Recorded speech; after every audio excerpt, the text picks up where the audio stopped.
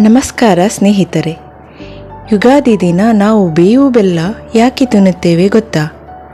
ಮಾವಿನ ಎಲೆಗಳ ತೋರಣ ಯಾಕೆ ಕಟ್ಟುತ್ತೇವೆ? ಅಭ್ಯಂಗ ಸ್ನಾನ ಮಾಡುವುದಕ್ಕೆ ಏನು ಕಾರಣ? ಈ ಎಲ್ಲ ಆಚರಣೆಗಳ ಹಿಂದೆ ಒಂದು ಆಳವಾದ ಆಧ್ಯಾತ್ಮಿಕ ಮತ್ತು ವೈಜ್ಞಾನಿಕವಾದ ಅರ್ಥ ಇದೆ. ಇಂದು ಈ ವಿಡಿಯೋದಲ್ಲಿ ನಾವು ಯುಗಾದಿ ಹಬ್ಬವನ್ನು ಸರಿಯಾದ ರೀತಿಯಲ್ಲಿ ಹೇಗೆ ಆಚರಿಸಬಹುದು ಮತ್ತು ಪ್ರತಿಯೊಂದು ಆಚರಣೆಯ ನಿಜವಾದ ಮಹತ್ವ ಏನು ಎಂಬುದನ್ನು ತಿಳಿದುಕೊಳ್ಳೋಣ. ಯುಗಾದಿ ಹಬ್ಬವನ್ನು ಆಚರಿಸುವ ಕ್ರಮವನ್ನು ಸರಳವಾಗಿ ಕನ್ನಡದಲ್ಲಿ ತಿಳಿದುಕೊಳ್ಳೋಣ. ಆದ್ದರಿಂದ ಈ ವಿಡಿಯೋವನ್ನು ಕೊನೆಯವರೆಗೂ ತಪ್ಪದೇ ನೋಡಿ. ನಮಸ್ಕಾರ ಸ್ನೇಹಿತರೆ, ನಿಮಗೆಲ್ಲ ಭಕ್ತಿ ದೇಗುಲ ಯೂಟ್ಯೂಬ್ ಚಾನಲ್ಗೆ ಹಾರ್ದಿಕ ಸ್ವಾಗತ. ಈ ವಿಡಿಯೋವನ್ನು ಕೊನೆವರೆಗೂ ತಪ್ಪದೇ ನೋಡಿ ಮತ್ತು ಜೈ ಶ್ರೀರಾಮ್ ಎಂದು ಕಮೆಂಟ್ ಮಾಡುವುದರ ಮೂಲಕ ನಿಮ್ಮ ಭಕ್ತಿಯನ್ನು ಹಂಚಿಕೊಳ್ಳಿ. ಯುಗಾದಿ ಹಬ್ಬದ ಮಹತ್ವ ಮತ್ತು ಆಚರಣೆ. ನಮ್ಮ ಭಾರತೀಯ ಸಂಸ್ಕೃತಿಯಲ್ಲಿ ಹಬ್ಬಗಳಿಗೆ ವಿಶೇಷ ಮಹತ್ವವಿದೆ. ಅಂತಹ ಪ್ರಮುಖ ಹಬ್ಬಗಳಲ್ಲಿ ಯುಗಾದಿಯೂ ಸಹ ಒಂದು. ಯುಗಾದಿ ಎಂದರೆ ಹೊಸ ವರ್ಷದ ಆರಂಭ. ಯುಗ ಎಂದರೆ ಕಾಲ, ಆದಿ ಎಂದರೆ ಆರಂಭ, ಅಂದರೆ ಹೊಸ ಯುಗದ ಆರಂಭವೇ ಯುಗಾದಿ ಎಂದರ್ಥ. ಈ ದಿನದಿಂದ ಹೊಸ ಆಸೆಗಳು, ಹೊಸ ಕನಸುಗಳು, ಹೊಸ ಸಂಕಲ್ಪಗಳು ಆರಂಭವಾಗುತ್ತವೆ. ಆದ್ದರಿಂದ ಯುಗಾದಿಯನ್ನು ಬಹಳ ಸಂತೋಷದಿಂದ ಮತ್ತು ಭಕ್ತಿಯಿಂದ ಆಚರಿಸಲಾಗುತ್ತದೆ. ಮನೆಯ ಸ್ವಚ್ಛತೆ ಮತ್ತು ಅಲಂಕಾರ. ಯುಗಾದಿ ಹಬ್ಬಕ್ಕೆ ಮನೆಯನ್ನು ಸ್ವಚ್ಛಗೊಳಿಸುವುದು ಬಹಳ ಮುಖ್ಯವಾದ ಒಂದು ಆಚರಣೆ. ಆದ್ದರಿಂದ ಹಬ್ಬ ಆರಂಭವಾಗುವ ಕೆಲವು ದಿನಗಳ ಮುಂಚೆಯೇ ಈ ಕೆಲಸವನ್ನು ಪ್ರಾರಂಭಿಸಲಾಗುತ್ತದೆ. ಯುಗಾದಿಗೆ 1 ಅಥವಾ 2 ದಿನಗಳ ಮೊದಲೇ ಮನೆಯನ್ನು ಸಂಪೂರ್ಣವಾಗಿ ಸ್ವಚ್ಛಗೊಳಿಸಿ ಬಳಸದ ಮತ್ತು ಉಪಯೋಗವಿಲ್ಲದ, ಅಗತ್ಯವಿಲ್ಲದ ವಸ್ತುಗಳನ್ನು ಮನೆಯಿಂದ ಹೊರಗೆ ತೆಗೆದುಹಾಕಲಾಗುತ್ತದೆ. ಈ ರೀತಿ ಅಗತ್ಯವಿಲ್ಲದ, ಉಪಯೋಗವಿಲ್ಲದ ವಸ್ತುಗಳನ್ನು ತೆಗೆದುಹಾಕುವುದರಿಂದ ನಕಾರಾತ್ಮಕತೆಯು ದೂರವಾಗಿ ಸಕಾರಾತ್ಮಕ ಚಿಂತನೆಗಳಿಂದ ಮನೆಯು ಸ್ವಚ್ಛವಾಗುತ್ತದೆ. ಸ್ವಚ್ಛತೆ ಎಂದರೆ ಶುದ್ಧತೆ. ಮನೆಯಲ್ಲಿ ಶುದ್ಧತೆ ಇದ್ದರೆ ದೇವರ ಕೃಪೆ ದೊರೆಯುತ್ತದೆ ಎಂಬ ನಂಬಿಕೆ ಇದೆ. ಮನೆಯ ಮುಂಬಾಗಿಲಿಗೆ ಮಾವಿನ ಎಲೆಗಳ ತೋರಣ ಕಟ್ಟಲಾಗುತ್ತದೆ. ಮಾವಿನ ಎಲೆಗಳು ಆರೋಗ್ಯ ಮತ್ತು ಶುಭದ ಸಂಕೇತವಾಗಿದೆ. ಅದರ ಜೊತೆಗೆ ಮನೆಯ ಮುಂಭಾಗದಲ್ಲಿ ಸುಂದರವಾದ ರಂಗೋಲಿ ಹಾಕಲಾಗುತ್ತದೆ. ರಂಗೋಲಿ ಮನೆಗೆ ಸುಂದರತೆ ನೀಡುತ್ತದೆ ಮತ್ತು ನಕಾರಾತ್ಮಕ ಶಕ್ತಿಯನ್ನು ತಡೆಹಿಡಿಯುತ್ತದೆ. ರಂಗೋಲಿಯು ಶುಭದ ಸಂಕೇತವೆಂದು ಪರಿಗಣಿಸಲಾಗಿದೆ. ಈ ರೀತಿಯಾಗಿ ಮನೆ ಅಲಂಕರಿಸುವುದರಿಂದ ಮನೆಯಲ್ಲಿ ಸಮೃದ್ಧಿ, ಸುಖ, ಸಂತೋಷ ಮತ್ತು ಸಕಾರಾತ್ಮಕತೆ ಬರುತ್ತದೆ ಎಂದು ನಂಬಲಾಗಿದೆ. ವಿಶೇಷವಾಗಿ ಮಾವಿನ ಎಲೆಗಳು ಶುಭ ಮತ್ತು ಅದೃಷ್ಟವನ್ನು ಆಕರ್ಷಿಸುತ್ತವೆ ಎಂಬ ನಂಬಿಕೆಯು ನಮ್ಮ ಸಂಪ್ರದಾಯದಲ್ಲಿದೆ. ಮನೆ ಕೆಲಸಗಳ ನಂತರ ಎಲ್ಲರೂ ಅಭ್ಯಂಗ ಸ್ನಾನ ಮಾಡುತ್ತಾರೆ. ಅಭ್ಯಂಗ ಸ್ನಾನ ಎಂದರೆ ಎಣ್ಣೆ ಹಚ್ಚಿ ಸ್ನಾನ ಮಾಡುವುದು. ಇದು ದೇಹಕ್ಕೆ ಆರೋಗ್ಯಕರವೂ ಆಗಿದೆ ಮತ್ತು ಮನಸ್ಸಿಗೆ ಶಾಂತಿ ನೀಡುತ್ತದೆ. ಸ್ನಾನದ ನಂತರ ಎಲ್ಲರೂ ಹೊಸ ಬಟ್ಟೆಗಳನ್ನು ಧರಿಸುತ್ತಾರೆ. ಹೊಸ ಬಟ್ಟೆ ಧರಿಸುವುದು ಹೊಸ ಜೀವನದ ಆರಂಭದ ಸಂಕೇತ.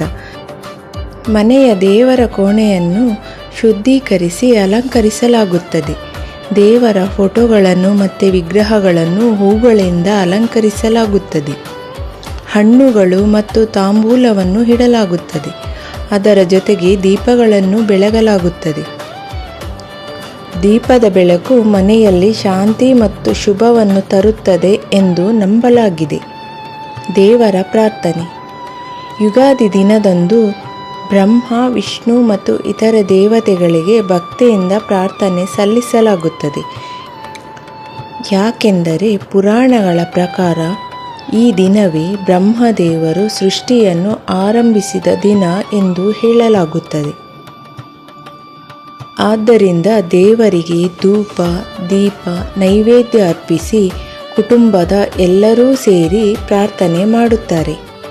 ಯುಗಾದಿಯ ಅತ್ಯಂತ ಪ್ರಮುಖವಾದ ಪದ್ಧತಿ ಎಂದರೆ ಬೇವು ಬೆಲ್ಲ ತಿನ್ನುವುದು. ಬೇವು ಎಂದರೆ ಕಹಿ, ಬೆಲ್ಲ ಎಂದರೆ ಸಿಹಿ. ಜೀವನದಲ್ಲೂ ಇದೇ ರೀತಿ ಸಂತೋಷವೂ ಬರುತ್ತದೆ, ದುಃಖವೂ ಬರುತ್ತದೆ. ಆದ್ದರಿಂದ ಬೇವು ಬೆಲ್ಲ ತಿನ್ನುವುದರಿಂದ ಜೀವನದ ಸಿಹಿ ಮತ್ತು ಕಹಿ ಅನುಭವಗಳನ್ನು ಸಮಾನವಾಗಿ ಸ್ವೀಕರಿಸಬೇಕು ಎಂಬ ಸಂದೇಶ ಸಿಗುತ್ತದೆ. ಮನೆಯವರು ಎಲ್ಲರೂ ಸೇರಿ ಬೇವು ಬೆಲ್ಲ ತಯಾರಿಸಿ ಒಬ್ಬರಿಗೊಬ್ಬರು ನೀಡುತ್ತಾರೆ. ಇದು ಕುಟುಂಬದಲ್ಲಿ ಪ್ರೀತಿ ಮತ್ತು ಏಕತೆಯನ್ನು ಹೆಚ್ಚಿಸುತ್ತದೆ. ನಂತರ ಕುಟುಂಬದ ಹಿರಿಯರ ಆಶೀರ್ವಾದವನ್ನು ಪಡೆಯಲಾಗುತ್ತದೆ. ನಿಮ್ಮ ಮನೆಯಲ್ಲಿ ಹಿರಿಯರು ಇರುವುದು ಒಂದು ಪುಣ್ಯ ಆಗಿದೆ. ಅವರಿಂದ ಆಶೀರ್ವಾದ ಸ್ವೀಕರಿಸುವುದರಿಂದ ನಿಮ್ಮ ಇಡೀ ಜೀವನವು ಸಂಪೂರ್ಣವಾಗಿ ಧನ್ಯವಾಗುತ್ತದೆ. ಆದ್ದರಿಂದ ನಿಮ್ಮ ಮನೆಯಲ್ಲಿ ಇರುವ ಹಿರಿಯರಿಗೆ ನಮಸ್ಕರಿಸಿ, ಪ್ರೀತಿಯಿಂದ ಒಂದೆರಡು ಮಾತುಗಳನ್ನಾಡಿ ಅವರ ಆಶೀರ್ವಾದವನ್ನು ಪಡೆಯಿರಿ. ಅವರಿಗೆ ಗೌರವಿಸಿ. ಅವರ ಆಶೀರ್ವಾದ ಸಿಗುವುದರಿಂದ ನಿಮ್ಮ ಎಲ್ಲ ಕೆಲಸಗಳು ಅಡ್ಡಿ ಆತಂಕವಿಲ್ಲದೆ ನಡೆಯುತ್ತವೆ. ನಮ್ಮ ಮನೆಯ ಹಿರಿಯರೇ ನಮಗೆ ನಡೆದಾಡುವ ದೇವರಿದ್ದಂತೆ. ಆದ್ದರಿಂದ ಹಿರಿಯರನ್ನು ಆದಷ್ಟು ಗೌರವಿಸಿ. ಈ ದಿನ ಮನೆಯಲ್ಲೇ ವಿವಿಧ ರೀತಿಯ ಸಿಹಿ ತಿಂಡಿಗಳನ್ನು ತಯಾರಿಸಲಾಗುತ್ತದೆ. ಹೋಳಿಗೆ, ಪಾಯಸ, ಲಡ್ಡು, ಕಜ್ಜಾಯ ಹೀಗೆ ಹಲವಾರು ಸಿಹಿ ಪದಾರ್ಥಗಳನ್ನು ಮಾಡಲಾಗುತ್ತದೆ. ಮೊದಲು ದೇವರಿಗೆ ನೈವೇದ್ಯವಾಗಿ ಅರ್ಪಿಸಿ, ನಂತರ ಎಲ್ಲರೂ ಸೇರಿ ಪ್ರಸಾದವನ್ನು ಸವಿಯುತ್ತಾರೆ. ಯುಗಾದಿ ದಿನದಂದು ಹತ್ತಿರದ ದೇವಾಲಯಗಳಿಗೆ ಭೇಟಿ ನೀಡುವುದು ಕೂಡ ಒಂದು ಮುಖ್ಯ ಆಚರಣೆ. ದೇವಾಲಯದಲ್ಲಿ ದೇವರನ್ನು ದರ್ಶನ ಮಾಡಿ ಕುಟುಂಬದ ಸುಖ, ಆರೋಗ್ಯ ಮತ್ತು ಸಮೃದ್ಧಿಗಾಗಿ ಪ್ರಾರ್ಥನೆ ಮಾಡಲಾಗುತ್ತದೆ. ಇದರಿಂದ ಮನಸ್ಸಿಗೆ ಶಾಂತಿ, ಸಂತೋಷ, ನೆಮ್ಮದಿ, ಆನಂದ ದೊರಕುತ್ತದೆ. ಕೆಲವು ಕಡೆಗಳಲ್ಲಿ ಯುಗಾದಿ ದಿನ ಪಂಚಾಂಗ ಶ್ರವಣ ಕೂಡ ನಡೆಯುತ್ತದೆ. ಪಂಡಿತರು ಹೊಸ ವರ್ಷದ ಭವಿಷ್ಯ, ಗ್ರಹಸ್ಥಿತಿ ಮತ್ತು ಶುಭ ಸಮಯಗಳ ಬಗ್ಗೆ ವಿವರಿಸುತ್ತಾರೆ. ಜನರು ಅದನ್ನು ಕೇಳಿ ಹೊಸ ವರ್ಷಕ್ಕೆ ಉತ್ತಮ ಸಂಕಲ್ಪಗಳನ್ನು ಮಾಡುತ್ತಾರೆ. ಯುಗಾದಿ ನಮಗೆ ಒಂದು ಮಹತ್ವ ಸಂದೇಶ ನೀಡುತ್ತದೆ. ಜೀವನದಲ್ಲಿ ಏನೇ ಸಮಸ್ಯೆಗಳು ಬಂದರೂ ಧೈರ್ಯದಿಂದ ಎದುರಿಸಬೇಕು. ಸಂತೋಷದಲ್ಲೂ ವಿನಯ ಇರಬೇಕು, ದುಃಖದಲ್ಲೂ ಧೈರ್ಯ ಇರಬೇಕು.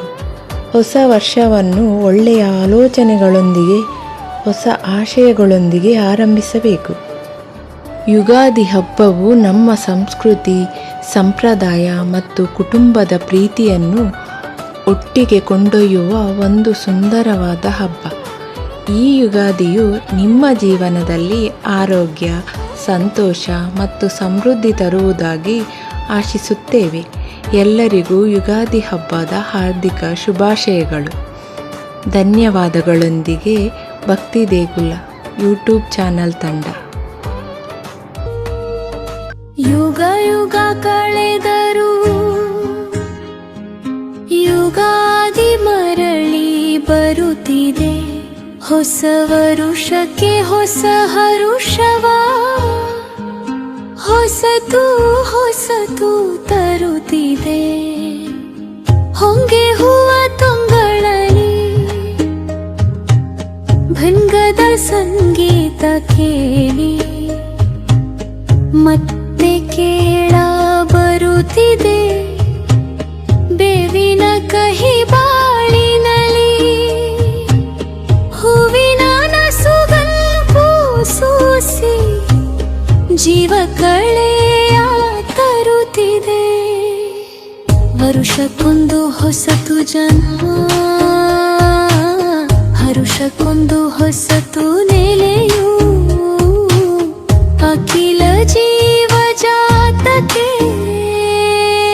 ಒಂದೇ ಒಂದು ಜನ್ಮದಲ್ಲಿ ಒಂದೇ ಬಾಲ್ಯ, ಒಂದೇ ಹರೆಯ. ನಮಗದಷ್ಟೇ ತಕೋ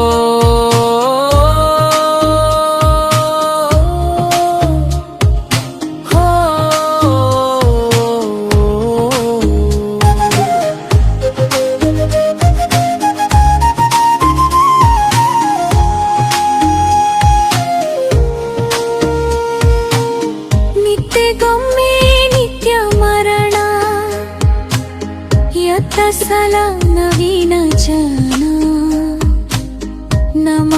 ಏಕೆ ಬಾರದು ಎಲೆ ಸನತ್ ಕುಮಾರ ದೇವಾ ಎಲೆ ಸಾಹಸಿ ಚಿರಂಜೀವ ನಿನಗೆ ಲೀಲೆ ಸೇರದು ಯುಗ ಯುಗಗಳು ಕಳೆದರು ಯುಗಾದಿ ಮರಳಿ ಬರುತ್ತಿದೆ ಹೊಸ ವರುಷಕ್ಕೆ ಹೊಸ ಹರುಷವ ಹೊಸತು ಹೊಸತು ತರುತ್ತಿದೆ